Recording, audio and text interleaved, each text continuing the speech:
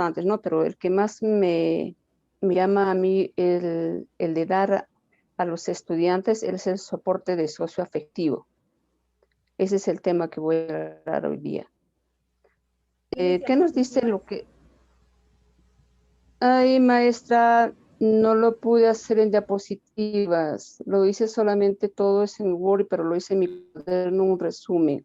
Ok, entonces explícalo. Sí, me hubiera gustado hacerlo, pero he tenido cierto problemita y no, por eso es que no lo pude hacer en diapositivas, porque yo quise hacerlo. Ok, te escucho, Viviana. Y ya, maestra, muchísimas gracias. Eh, bien, el tema es de soporte socioafectivo. ¿Qué nos dice el soporte lo que es socioafectiva? Es una enseñanza que se basa en las relaciones sociales e interpersonales, fundamentadas en lo que es el respeto. Esto tenemos lo que son conflictos dentro de las aulas o también de la escuela, ¿no? Esta educación socioafectiva va muy ligada a lo que es a la educación emocional. Y para eso tengo algunos ejemplos.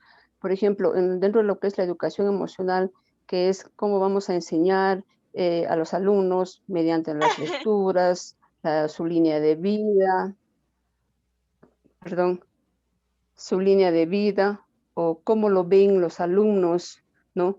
¿Qué sería cuando hacerles una pregunta, cómo te vas a ver de acá a 5 años más o menos? ¿Cuál es tu emoción a través de lo que es también la ira, la cólera?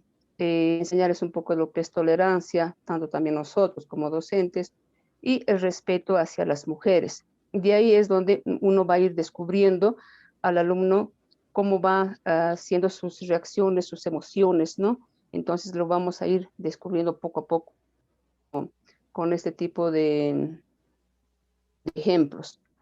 El otro es el apoyo que es vital dentro de lo que es el psicológico, donde hay algunos factores que fomentan en lo que es el sentimiento de bienestar, autoestima, problemas y la capacidad cognitiva.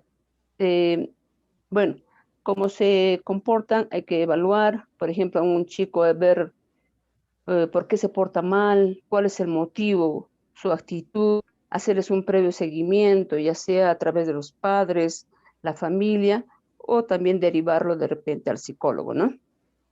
Otro tenemos lo que es las relaciones socioafectivas, que tiene como objeto de mejorar las habilidades socioemocionales. ¿Esto para qué? Para poder garantizar una buena comunicación con otras personas.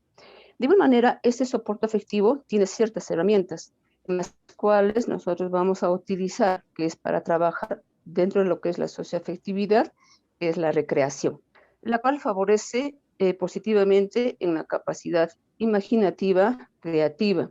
Esto favorece el desarrollo integral del individuo, ya sea su autoestima y su personalidad. Podría decirse como algunos ejemplos, hacerles indicarles que lean cuentos, que lleven a cabo lo que son algunas actuaciones, sus exposiciones y qué es lo que ellos van a entender de todo esto, más una lectura, ¿no? Y la forma de cómo van a actuar y mediante dibujos, qué es lo que van a expresar, cómo lo han entendido, todo ello. De igual manera, también dentro de lo que es socioafectivo, que es a través de la recreación, actividades lúdicas, manuales o artesanales, en las cuales ellos van a fomentar creatividad y habilidades internas. Esas actividades también tenemos lo que son culturales y deportes. Las herramientas que he encontrado también es que parecen muy importante es la literatura, en la cual el pedagógica para poder desarrollar la parte socioafectividad, siendo una de las herramientas la que más se utiliza dentro de lo que son las escuelas. Y ya que se ayuda dentro de lo que es la capacidad comunicativa a partir de la lectura. En esto hay que hacerles un análisis, ¿no? A ver cómo han analizado, qué crees tú a través de la lectura, qué estás encontrando ahí, cómo debemos de repente qué hacer, qué no hacer, cómo lo ves tú, esto no está bien, hacerlos pensar también a los estudiantes. Dentro de todo esto, maestra, eh, voy a dar un poquito, así rapidito, es un poquito largo, pero si usted me permite, tenemos un cuadro que siempre envía lo que es la Minedu. En cuadros tenemos dimensiones, la TOE, que es la parte de la personal y la parte social. Dentro de la parte de las dimensiones personales tenemos las áreas de la TOE, que vienen a hacer las actividades o los temas a desarrollar durante todo el año con los estudiantes. Primeramente en lo que es personal, que es el área de salud corporal y mental. Uno de los temas más importantes creo que de esto que se está es conocer lo que es el coronavirus. Es uno de los temas más importantes que debe primeramente de tomar en cuenta. Tenemos otro que es aprendemos a ver nuestra diversidad. El otro, aceptando los cambios del cuerpo y de mi identidad. Aquí hay muchas personas que tienden a ocultar lo que es su identidad sexual, ¿no? Vamos con personas que son por cambios de sexo, que quieren varoncitos, quieren ser mujeres, muchas veces por miedo, por ver por lo que les pueden hacer uno. Después, el enamoramiento. ¿Qué sabemos nosotros del enamoramiento? De repente también lo que es el principio de su sentido, porque a veces se confunde enamoramiento con simplemente gustarse en uno al otro. Entendemos lo que es cómo expresar sus ideas y sentimientos, una prevención de lo que es el embarazo precoz. Eso también es ahora otro de los temas más importantes de lo que es el embarazo precoz. Tenemos conociendo más los efectos del alcohol en nuestro organismo, prevenir lo que son infecciones de transmisión, lo que es el VIH, con emociones, la alimentación saludable y nutrición. Ahora, esto también es muy importante, más que todo en las comunidades albandinas, que no hay mucha alimentación y la nutrición dentro de lo que son nuestros niños, ¿no? Pero para eso, pues, había que hacer lo que son ciertas campañas, jornadas, prevención contra lo que es fundamental para los niños que recién están desarrollándose desde el inicio de clases, ¿no? Ya sea inicial, primaria y que todo lo que es secundaria. Luego tenemos fortalezas y debilidades frente al consumo de drogas. También las drogas no se quedan atrás. En la parte social de las dimensiones tenemos dentro de las áreas convivencia y disciplina escolar. Aquí, por ejemplo, tenemos en cuenta lo que es la elaboración de las normas de convivencia. ¿Cómo es esa convivencia dentro de lo que es el aula? Después, conociéndome, hacer un diagnóstico de cómo nosotros nos podemos conocer a nosotros mismos. Luego se vienen las selecciones de estudiantes, su reglamento interno, hacer también un análisis de su reglamento interno, porque todo colegio, todas las aulas tienen siempre un reglamento interno para ellos. Entonces, hacer con los estudiantes, hacer ese análisis, ¿no? ¿Qué les parece bien lo que es el reglamento interno? Tenemos materialización de las normas de convivencia, luego tengo derecho al buen trato, que eso también siempre se respeto y el buen trato unos a otros, hacer ciertas campañas, por lo menos para ellos, y ¿no? Esos mitos sobre el amor para los chicos. Luego los tipos de violencia y el ciclo de violencia. Eso también es importante, cuántos tipos de violencia tenemos, de repente puede ser los parientes o otro tipo de personas. Luego es aprender o aprendiendo a manejar sus discusiones. Otro es el bullying, respeto a no ser discriminado. El bullying que está ahora en boga en todo momento. Entonces también hablar un poco de esto, de lo que es el bullying. La convivencia y participación. Hacer una pequeña asamblea de repente con la convivencia, la participación de ellos, ¿no? Todo eso. Y de equidad de género. En esta equidad de género habría que hacer ciertas campañas a lo que es a la no discriminación de la mujer, ¿no? Que muchas veces se ve siempre esto en nuestra sociedad. Y los derechos y deberes de los adolescentes. Eh,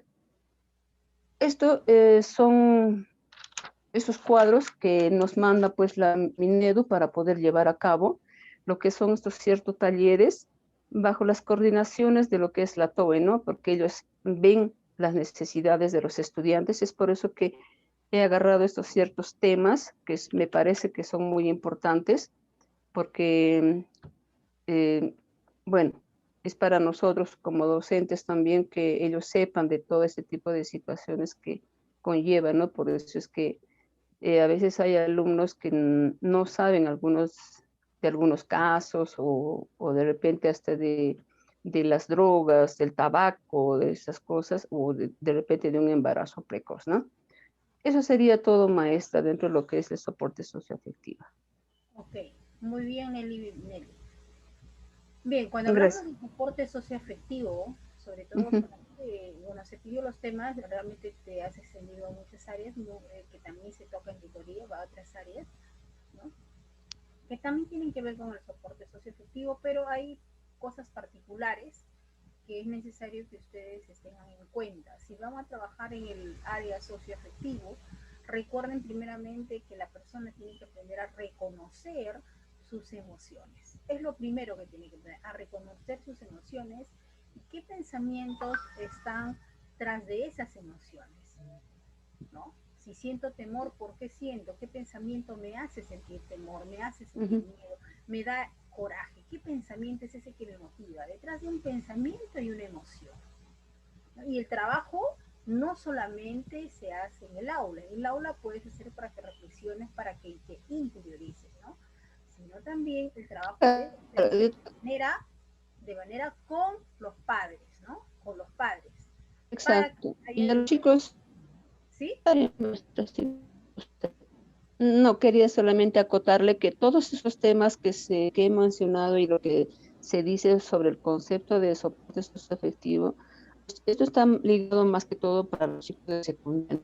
Eh, que hablarles con toda sinceridad, sin tabúes, porque realmente si nosotros vamos a algunos casos, hablarles sin que sepa directamente, entonces ellos también poder, yo pienso que hablando a los chicos todo lo que es bien, al son criollo.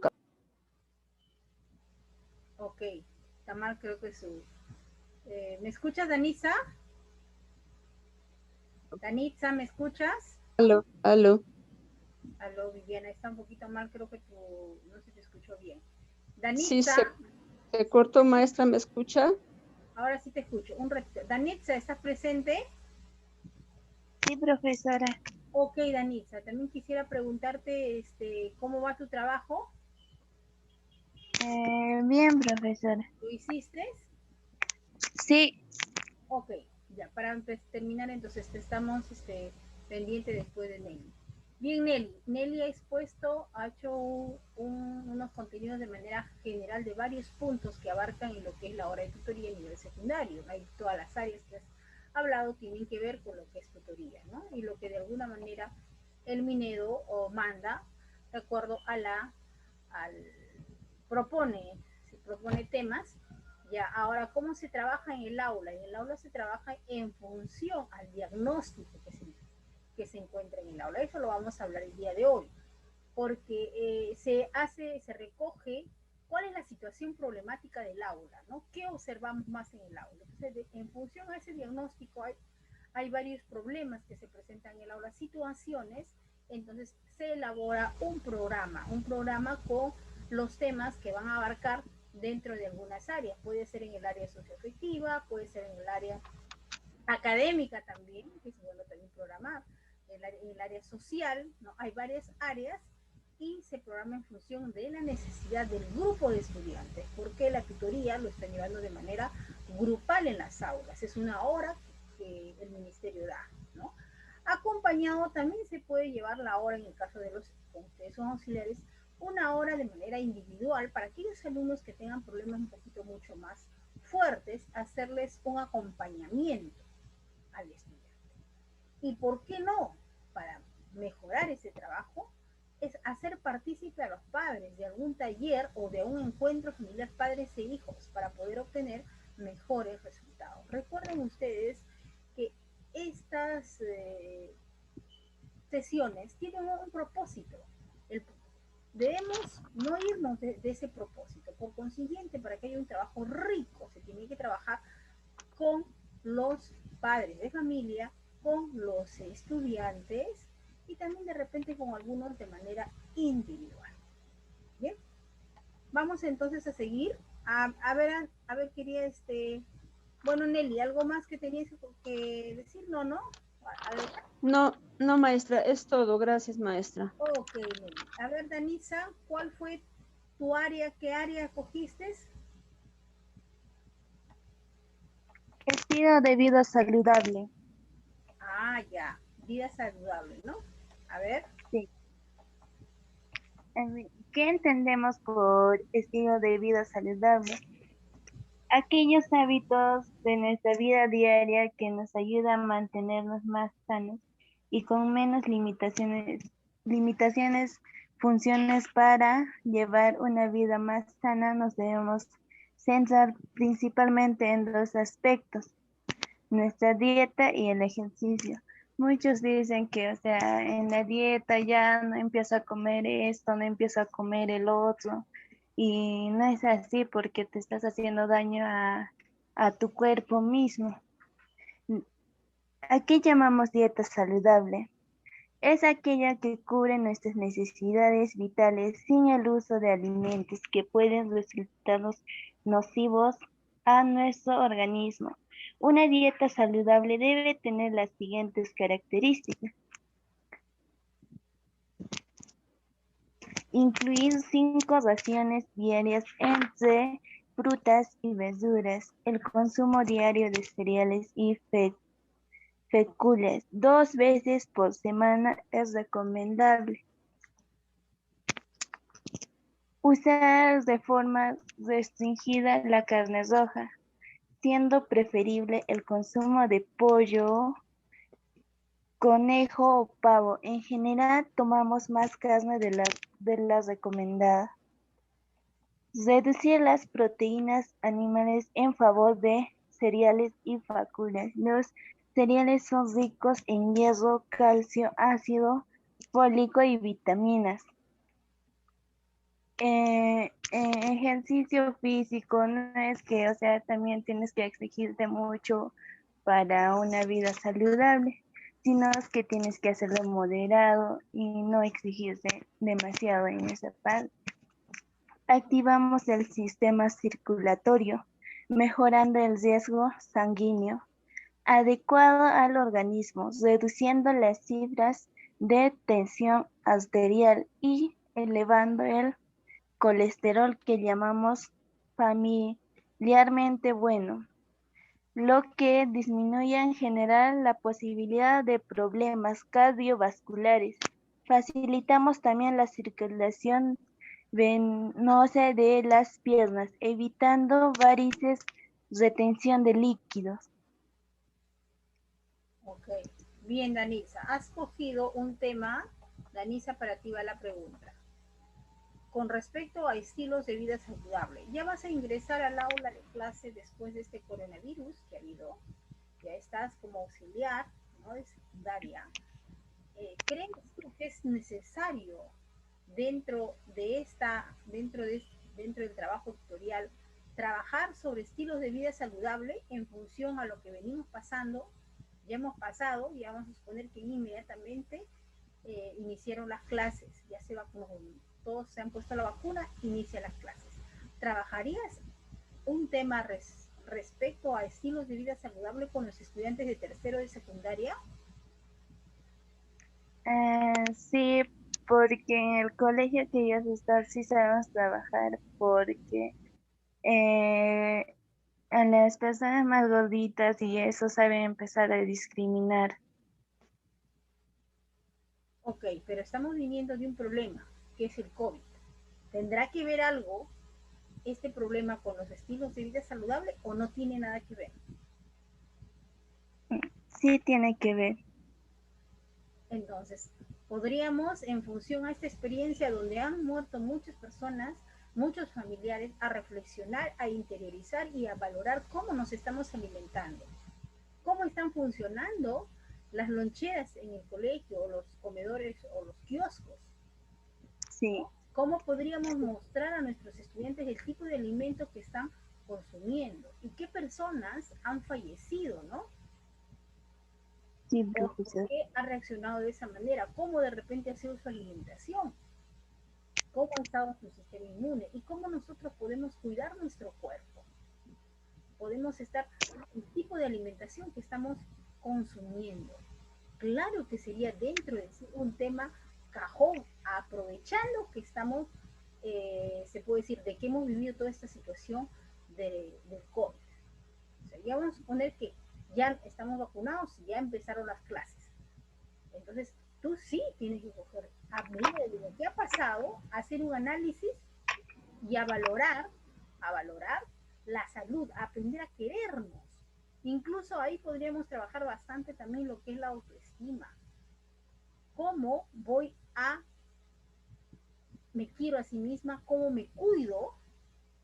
¿Cómo me protejo? ¿Cómo cuido a los demás? Que también podría trabajarse convivencia democrática también con este mismo tema, ¿no? Sí, También podría trabajarse proyecto de vida. ¿Cuál es mi proyecto de vida para más adelante? No puedo tener un proyecto si no me cuido, si no me valoro. Entonces, sí, miren que es muy importante cada uno de estos temas. Por eso es necesario que lo veamos y hablemos de manera práctica, no de manera teórica. Estilos de vida saludables. ¿Qué tiene que ver ahí? ¿Qué estamos pasando? Una situación del COVID que hemos pasado. ¿Cómo trabajaría con mis alumnos? Prevención. Análisis. ¿Qué tipo de alimentos están consumiendo? Las decisiones que están tomando al momento de comprar golosinas y no comer alimentos nutritivos, ¿no? Esas son las cosas que uno tiene que trabajar. O incluso, entre el estilo de vida saludable, podrías hacer una dinámica de una preparación de un plato donde tenga bastante valor proteico. Ahí, enseñándoles cada una de las propiedades. Y de esa parte compartiendo, estás desarrollando lo que son también la convivencia, ¿no? Es importante que los conocimientos que vamos adquiriendo, esos aprendizajes, lo llevemos a práctica, porque de nada sirve mucha teoría si no lo acompañamos de práctica. ¿Qué voy a hacer en el aula yo? Por eso cuando les deje el trabajo, está bien que ustedes investiguen, porque de esa manera ustedes van a tener un material. Pero también, por otra parte, es necesario que ustedes interioricen los conceptos para poder aplicarlos más adelante, ¿no? Aplicar. Bien, ya hemos visto algunos temas que ustedes han sugerido, que está dentro de las áreas de tutoría. Esos temas que están expuestos, se trabajan pues también en la tutoría grupal, o sea, en las aulas. A la semana, el ministerio hay sesiones que duran 1 hora o también de 2 horas, dependiendo de la magnitud del problema que haya dado la institución a los grados, ¿no? Es entre 1 y 2 horas. ¿Qué se desarrolla en esa tutoría grupal? ¿Qué hace el tutor? Para eso tenemos que ver qué cosa es la tutoría grupal, hacerles un remember de lo que se ha visto, ¿no? La tutoría grupal es aquella tutoría que se va a brindar a todo un grupo de estudiantes, ¿no? Que va a atender las necesidades del aula o de la sección, intereses, expectativas. ¿Qué está pasando con esa aula? ¿Cuál es? Previo diagnóstico, ¿no? Se hace un diagnóstico, se recoge, qué es lo que está pasando en el aula, cómo se observa. De repente en esa aula encuentro el 80% de alumnos provienen de hogares disfuncionales, entonces mis contenidos tienen que estar desarrollados a fortalecer esa carencia. Por eso es la tutoría un acompañamiento del estudiante. Pero partamos de un diagnóstico, qué está pasando en cada aula. No es lo mismo para todos. el ministerio te da algunas pautas, te da algunas sesiones, pero tú tienes que adaptarlo de acuerdo a la necesidad de los estudiantes, porque la tutoría grupal es una modalidad de orientar aquellas necesidades, intereses y expectativas de los estudiantes, ¿no? Y esto lo van a hacer en reunión con el tutor, en un ambiente adecuado. ¿Y cómo se promueve la tutoría grupal? ¿Cómo promuevo esa tutoría? ¿Cómo hago? ¿Yo solo expongo? No, lo que tienes que hacer es que haya un diálogo, que el estudiante hable, sea abierto, sea democrático, reflexione, no solamente que esté, tú hablas y tú escuchas, eso no es. Tiene que haber un diálogo abierto y democrático llevado a la reflexión y crítica. Una participación y práctica de valores como el respeto, ¿no? La solidaridad, el trabajo colaborativo. Eso se debe dar en la tutoría grupal. ¿Qué cosa hace? Promueve a través del diálogo abierto y democrático la reflexión crítica. Reflexionemos para ver un cambio de actitud, si no, no va a haber un cambio de actitud. Reflexión crítica, la participación y la práctica de valores, como el respeto, como la solidaridad, como la honestidad de repente, o el trabajo colaborativo. ¿Y qué cosa es lo que se busca en esta tutoría grupal? Ya que sabemos que en la tutoría grupal hay un diálogo abierto, hay una situación de reflexión. ¿Qué es lo que busca en el estudiante? Lo que busca en el estudiante es desarrollar su dimensión personal. ¿Cómo va él mejorando como persona de manera individual? ¿Cómo mejora en el aspecto social con sus compañeros? ¿Y cómo va mejorando en su aprendizaje? ¿Y cómo se ve esto? A través del desarrollo de sus capacidades, de sus destrezas y sus habilidades socioafectivas. Eso es lo que se busca en la tutoría, desarrollar en el estudiante su dimensión personal, social y de los aprendizajes. ¿A través de qué? A través de sus capacidades, de sus habilidades y de sus destrezas. ¿Y qué se promueve en la tutoría? En la tutoría grupal, un diálogo, que haya una reflexión crítica, que haya una participación. ¿Y por qué se caracteriza la tutoría? ¿Cuál es una de las características de la tutoría grupal? Por ser flexible, porque está puesto a responder y adaptarse a las necesidades de los estudiantes. Bien, yo estoy tutora de segundo A y también me han dado tutoría de segundo B. Todo lo que hago en segundo A voy a hacerlo en segundo B. Ahí no estás diferenciando diagnóstico. Segundo A hay un tipo de estudiantes, segundo B otro tipo de estudiantes, de repente con otras necesidades un poquito más, de repente más propuestas en el aula, ¿no? De repente vamos a suponer que el segundo A hay estudiantes bastante retraídos, no conversan, un poco apáticos. Entonces, ¿qué debo hacer yo en tutoría? Algo que ayude a desarrollar esas dificultades en mis estudiantes. Pero sin embargo, vamos a ver en el tercero, en otra sección, que segundo B o tercero B, vemos que ahí no, ahí los chicos participan, hablan, ¿no? Pero son estudiantes que no se preocupan en el aspecto académico. Entonces, ¿qué tengo que trabajar? El área más débil, que es el área académica. Entonces, son situaciones que hacen que la tutoría grupal sea flexible, porque se adapta a responder necesidades de orientación y los intereses y expectativas de los estudiantes. ¿Bien? De eso se encarga la tutoría grupal. ¿Qué cosa es? Atentos, por favor, y después ustedes van a participar, ¿no? En conclusión, ¿cómo se da la tutoría grupal? Con un diálogo abierto, con una reflexión crítica, cuando hay participación, cuando hay respeto entre los estudiantes. ¿Qué cosa se busca desarrollar en el estudiante con la tutoría? Su dimensión personal, cómo va mejorando como persona, su aspecto social, ¿no? Su aspecto social y su aprendizaje.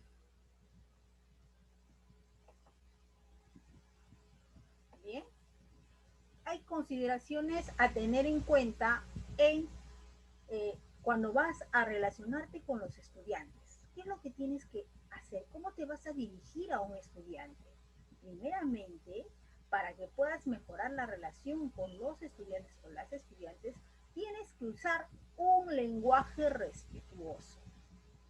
No puedes estar poniendo apellidos a los estudiantes, ¿no? Ni tampoco haciéndote como que ellos están bajo, ¿no? Bajo tu mando. No, un lenguaje respetuoso, un lenguaje acorde a ellos, que sea sencillo e inclusivo. ¿Qué quiere decir inclusivo? Que los incluya, que esté carta abierta a las necesidades de los estudiantes. Un clima dialogante y democrático, que propicie un clima dialogante y democrático. Que el estudiante sea el actor principal, que le des toda la tarea de que él es el que tiene que gestionar su propio aprendizaje, que presente una actitud empática. Eso es lo que debe tenerse en cuanto a la relación con los estudiantes, una actitud empática, ponerte en la situación del estudiante, una observación constante, tienes que observar a los estudiantes, un lenguaje respetuoso, un lenguaje sencillo para que puedan entender, e inclusivo, porque también hay estudiantes inclusivos, que se dé un clima favorable, un clima democrático, un clima dialogante, que el estudiante sea el primer actor o el principal actor. Cuando hay relación con los estudiantes, van a haber situaciones, van a haber emociones, van a haber sentimientos. Y tenemos la necesidad de saber identificar esas emociones, tales como la alegría, el enojo, la frustración, entre otros. Hay que identificar. Primer paso, puedes identificar las emociones.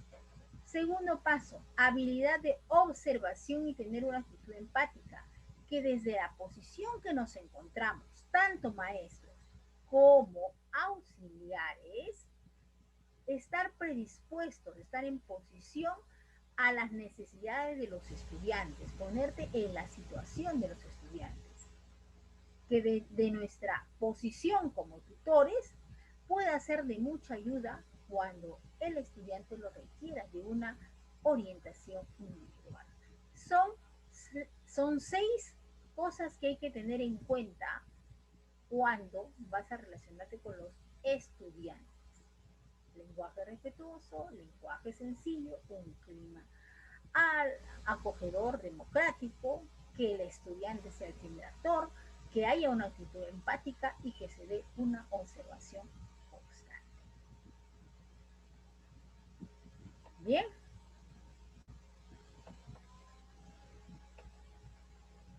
Vemos acá, formas de trabajar la tutoría grupal. A ver, la tutoría grupal lo puedes trabajar en una sesión, una clase que puede durar 1 hora o 2 horas, dependiendo.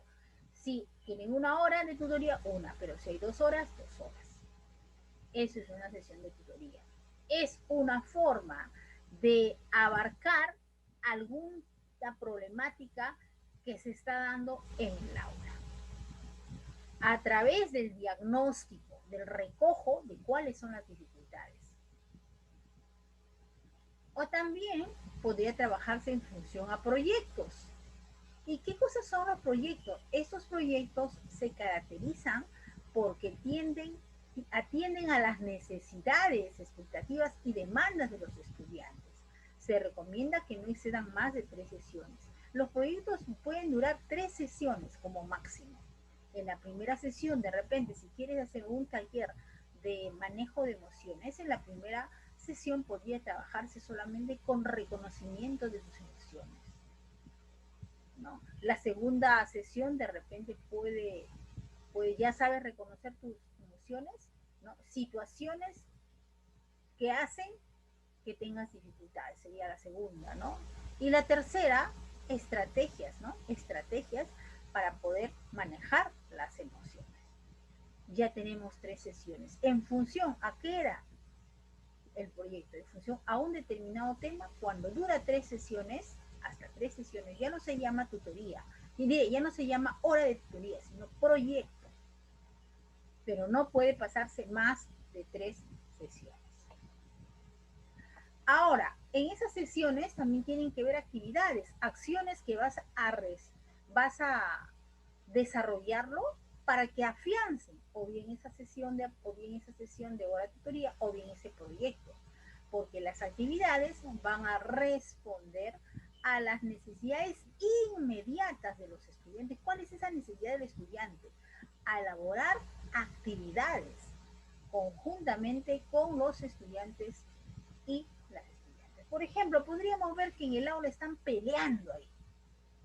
¿Qué actividades podríamos hacer para reforzar esa dificultad? Yo deseo que ustedes participen en esto. ¿Qué actividades podemos proponer en un aula donde hay mucha violencia? Y eso lo vemos cuando ingresamos en el siguiente Zoom, ¿ya? Son 3:37, 10 minutos, 3:47 estamos ingresando, ¿ok? ¿Me escuchan? Sí, maestra. Ok. 3:47 ingresamos, por favor, ¿ya? Ya.